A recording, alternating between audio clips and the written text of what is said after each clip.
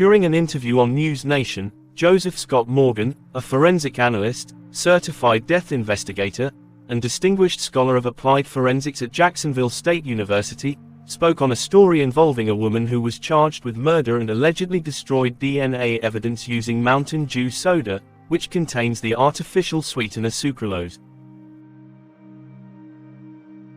North Carolina State University did an academic study that focused on the ingestion of sucralose in the gut, how it affects us internally, and the metabolism of this substance into our being. It was to, quote, apply it superficially, unquote, but it revealed that the application of this substance is considered genotoxic or mutagenic, and it binds or destroys the proteins within the DNA as well as eradicating it. Morgan asked the question, did the suspect have time to sit and read the dry academic paper and gain knowledge about sucralose in order to hide evidence, because if she did then it would be considered intentional murder. Quote, when she took this drink to pour it on there, did she have the intent to destroy, unquote.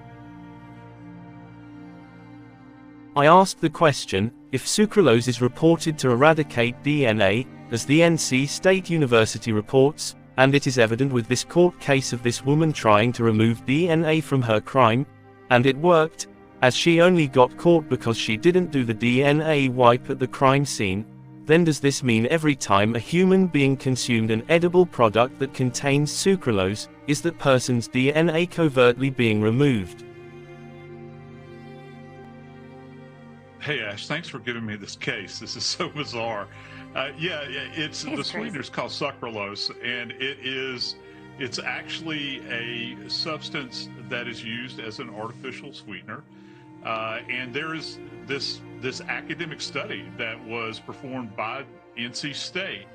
I think my question is that did the accused have time to sit around and read a dry academic a paper about this? Did she have this deep understanding? Because that goes to intent.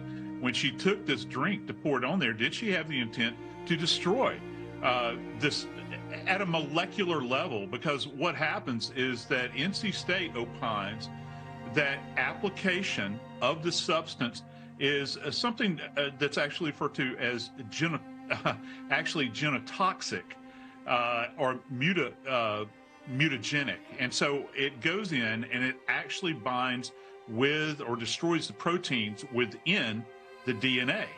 And so it eradicates it. Now, I don't know how deep they've dug into the study, because a lot of this involves study of the gut.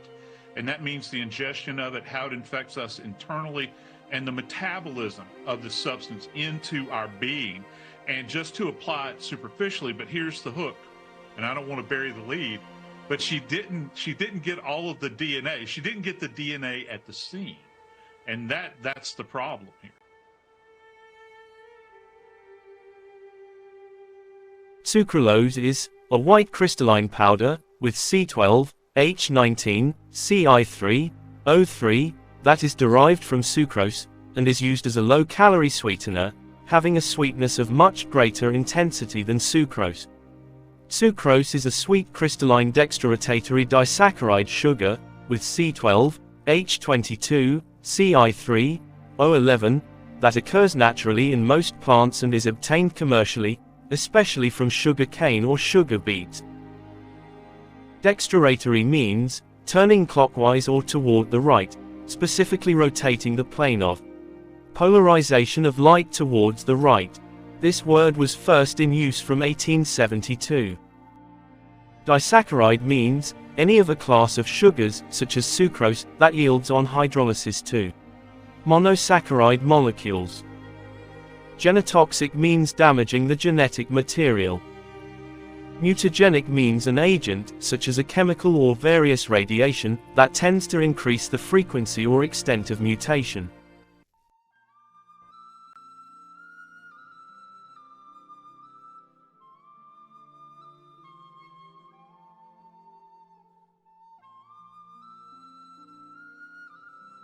The research paper is titled, Toxicological and Pharmacokinetic Properties of Sucralose 6-Acetate and its Parent Sucralose, in vitro screening assays, and it is available in the Journal of Toxicology and Environmental Health, Part B.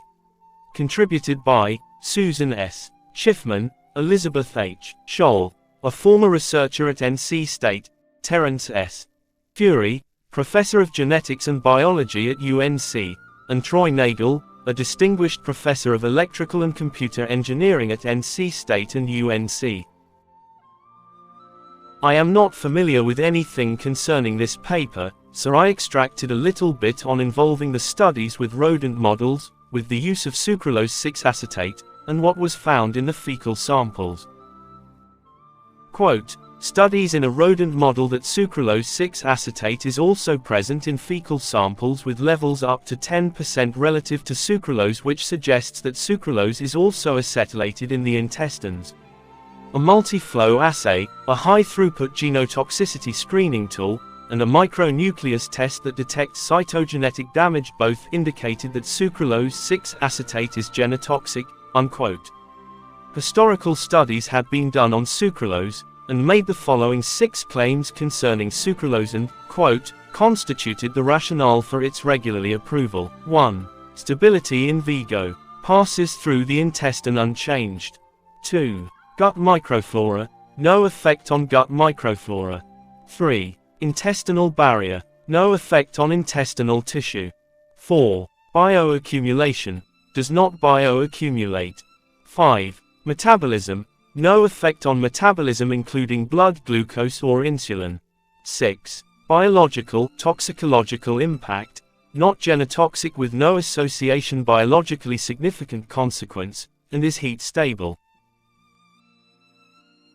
Based on these historical claims, an RD or 15 mg per kilogram body weight per day for humans was established by the Joint FAQ WHO Expert Committee on Food Additives JECFA, 1991, and by the Scientific Committee on Food SCF, 2000.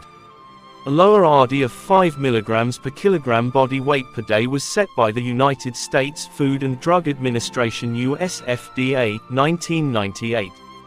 I think the above-mentioned 6 claims are in question now, but you can read the paper yourself fully because there is no way I can go any deeper into this subject because of my limited education in the subject matter.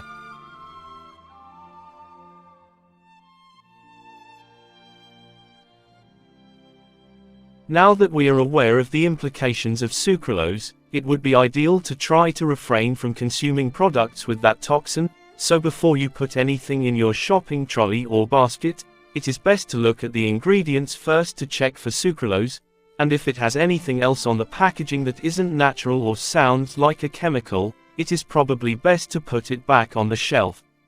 It may be easier said than done, but it can be done. Check the labels on the following products: baked goods, dairy products, puddings and fillings, beverages, still and carbonated, chewing gum, nutritional products, sweet sauces, toppings, and syrups, microwave products, confectionery, tobacco alternatives.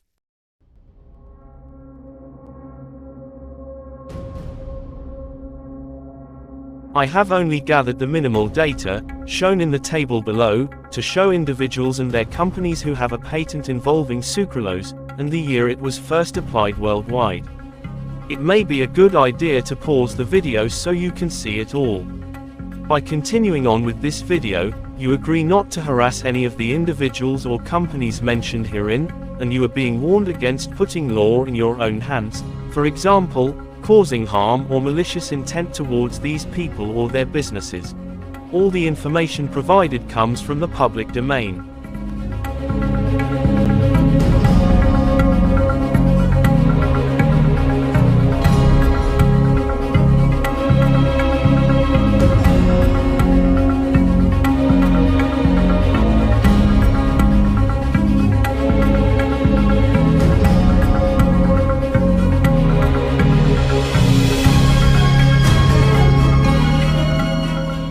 It may feel as though this is an attack against sucralose.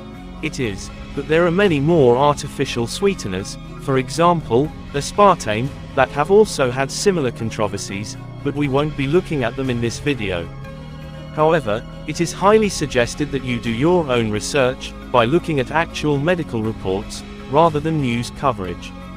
I have read many times about cancer and mutations of the body, because of excessive eating habits, or lifestyle choices. However, there was something about this story about the Mountain Dew that hit me differently, and it was when Joseph Scott Morgan mentioned that the artificial sweetener eradicated DNA. Both Joseph and the interviewer did not discuss anything more about this fact other than whether the woman in question knew whether this substance could remove DNA, or why she used it to try and hide her crimes. Not once did either of them mention that this artificial sweetener should be looked into and possibly banned for its edible use, considering it eradicates DNA. I got upset, because sucralose is in a lot of products, hiding in plain sight. This reminded me of the saying, if a man sells a poisonous apple, but it looks fine, and is advertised as poisonous, and someone buys it, and they die because of the apple, is it the responsibility of the seller, or the person who bought the apple, knowing it was poisoned because it was advertised as so? The trouble is, these companies are inserting chemicals into food, and then the manufacturers of these products are working together with these organizations, like the pharmaceutical industry. They are very embedded within one another. This is done without the informed consent of the citizens, at all. It is just advertised to them with a sugar coating. Then the consumers become patients at the doctor's surgery, and are prescribed more chemicals to counteract the already accumulated chemicals from the food they've eaten. In my opinion, the system has been created purposefully for profit in order to prolong human suffering through sickness. The farming industry does not look like it did 50 years ago. Farmers wear hazmat suits now, and spray chemicals over the produce, yet I remember when farmers wore dirty jeans and a shirt just as filthy. They just relied on the cycles of nature, and their animals' excrement as their fertilizer. The corporations in the world have created a food industry that is dependent on chemicals, in every aspect. The earth is being transformed into something quite different. Our food sustenance was supposed to be every herb bearing seed, and every fruit tree bearing seed, to share with the creatures, for our meat. The seeds would be contained in the herb or fruit, so that it could be planted again, to produce more of its kind. The controllers of the world we live in, made the decision that the earth, that they did not make, is no longer to be looked after and cultivated by men, in the ways it was supposed to be. Instead they have taken the charge of dominion over the earth, and all the creatures, in a selfish way. Now, we are being offered 3D meat, or even the option to become cannibalistic. As well as bugs already being inserted to replace other food stuff.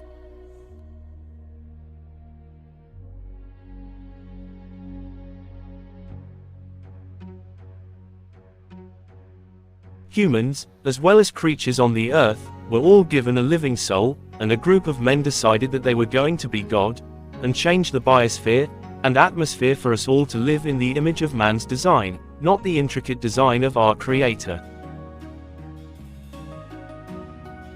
If you look at the supermarkets today, there really is only one or two fresh sections, and that's the fruit and vegetables aisle. All the other aisles are products that have been made in a factory. Although, even though the fruit and vegetables have been tampered with, as stated on their packaging, I now ask the question, are we ever eating real food with real nutrients, or are we surviving mineral-less, on a type of autopilot mode, like walking zombies? Are we living in the zombie apocalypse? All DNA has been tampered with by humans for far too long now. When do we say stop? No more.